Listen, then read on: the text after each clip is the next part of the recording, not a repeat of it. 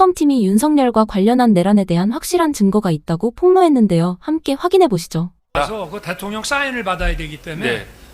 뭐 와서 그냥 사인만 해주고 차 한 잔 마시고 그냥 갔는데 그때 저 우리 집사람이 저를 이제 데리고 내려가서 그때 아마 인사를 하지 않았나 싶습니다. 예, 혹시 그 사인하고 차 마시는 자리에 네. 김건희 여사님이 동석하셨습니까? 글쎄 뭐 굳이 뭐 동석했던 기억은 없는 것 같고 잘 모르겠습니다. 그건. 증인 아시기에 네. 김건희 여사님이 네. 박성재 장관님 피고인하고 네. 개인적인 핸드폰 번호를 주고받는다든가 텔레그램을 주고받는 사이입니까? 글쎄 뭐 통화했다는 얘기를 나중에 재판 받을 때인지 언제 들었는데 글쎄 뭐 평소에 그런 통화하고 할 사이가 전혀 아니거든요. 네. 네. 사실 지금 제가 저도 보여드리겠습니다. 뭐 좀 의외라서. 증거 목록 828번 텔레그램 내용인데 네. 글자를 좀 키워보겠습니다. 저게 5월 8일, 24년 5월 8일자 김건희 여사님이 박성재 피고인에게 텔레그램으로 메시지를 보낸 겁니다. 네.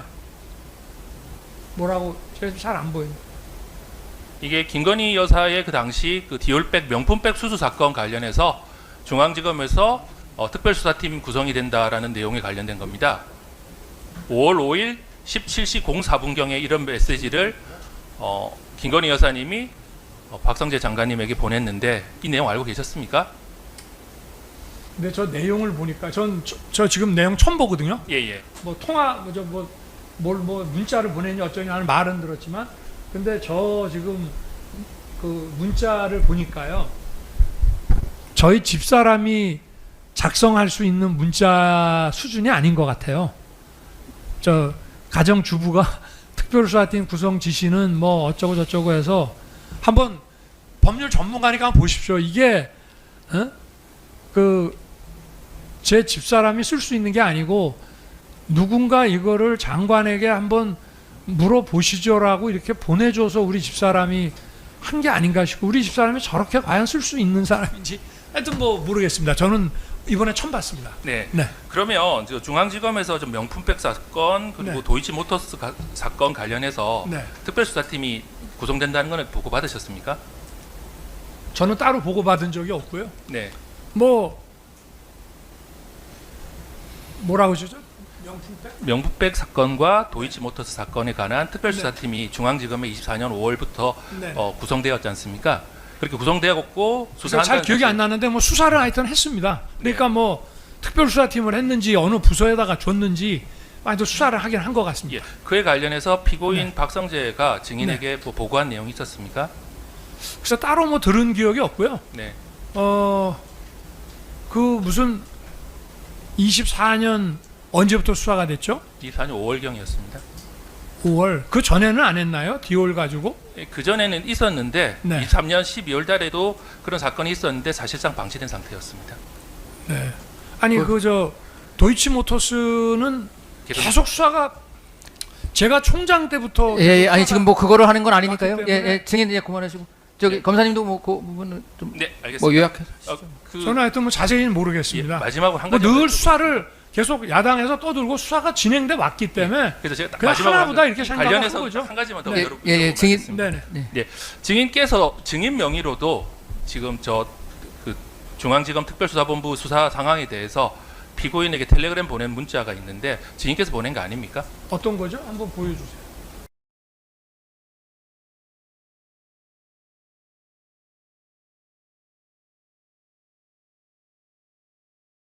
이 부분 생략하겠습니다. 예, 생략. 시간 관계에서 생략하겠습니다. 아니 있으면은 아니, 뭐 저는 기억이 전혀 없거든요. 예, 예, 생략하신답니다. 생략하신답니다. 장관한테 증거가 제가 나와 있지 않습니다. 증거 있습니다.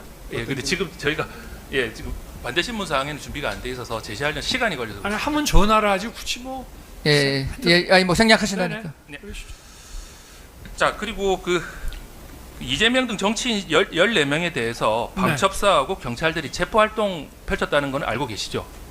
증인이 지시했던 안 했던 그 12월 3일 날 계엄의 밤에 아니 그러니까 제가 계엄 그때는 몰랐고요. 계엄 해제한 날인지 그 다음 날인지 집에 있는데 그게 언론 보도가 어떻게 보도가 났냐면 방첩사령관이 경찰청장한테 뭐 이런 사람 체포 명단을 주면서 뭐 위치 확인이 가능한지 물어봤다는 뭐 저 언론 보도가 나길래 제가 장관한테 국방장관한테 전화해서 이게 뭔 소리냐라고 제가 전화해서 물어봐 보니 뭐 저 동향 파악하라고 한 적은 있습니다.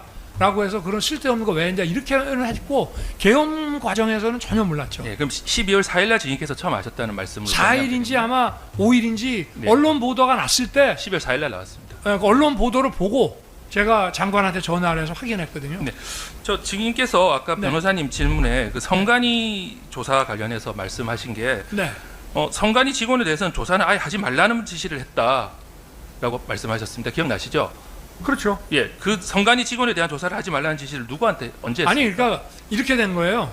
짧게 답을 하라고 그래서 제가 설명을 못 했는데 선관위에 그 저 직원들 보내 가지고 이제 저 방첩사하고 사이버사 직원들 좀 보내서 그 선관위 서버에 보안 점검 옛날 국정원에서 했던 거 네. 그거 다시 저 뭐야 그 보완이 됐는지 보완이 됐는지 한번 해보라 그랬더니 그러면 저 뭐야 선관위 직원들도 조사를 해야 되냐라고 묻더라고요. 우리 관저에서 누가요? 장관이 국방장관이 김영현 장관님께서 네. 그래서 제가 군이 그런 거 조사할 사람 조사할 능력도 안 되거니와 이 계엄이 길어야 반나절 하루면은 끝날 건데 그 조사할 수 있는 시간도 없다. 그러니까 직원들 조사는 그리고 직원 조사는 수사로 보일 가능성이 많아서 그건 하지 마라. 아예 시간 여건도 안 되고 능력도 안 되고 또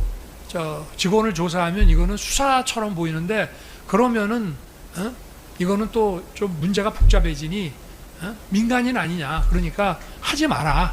그렇게 얘기를 제가 했거든요. 예, 그 그게 얘기입니다. 날짜가 12월 3일 이전입니까? 아 당연하죠. 네. 그 이제 12월 2일은 아니고 2일은 이제 월요일이니까 계엄 전날이고 아마 일요일 정도가 아니었나 싶어요. 12월 1일. 네. 자, 저 12월 1일. 증인 말씀대로라면 네. 성관이 서버 점검이 계획에 잡혀 보안- 있었는데 보안 점검. 점검. 그렇죠. 예, 거기에 동원되는 그 포렌식 전문 요원들은 어떻게 차출할 예정이셨습니까? 아니 그러니까 저 방첩사가 아무래도 그런 저 디지털하고 이런 거에 좀 강하니까 방첩사 바로 옆에 사이버사가 있거든요. 그래서 거기는 방첩사 몇 명하고 사이버사하고 이렇게 데리고 가라. 그랬는데 나중에 보니까 정보사가 갔다 그래요. 그래서 제가 물어봤어요. 그랬더니 뭐 정보사 쪽에 IT 요원을 보냈는데 뭐 이게 아마 미리 방첩사에다가 계엄하니까 사람을 이렇게 전문가를 차출해 놔라 이렇게 못하다 보니 전문가를 고르는데도 시간이 걸리고 그러니 저 정보사 친구들을 미리 보내서 걔네 그 친구들 보고 아마 서버 확보만 좀 미리 시켜놓은 게 아닌가.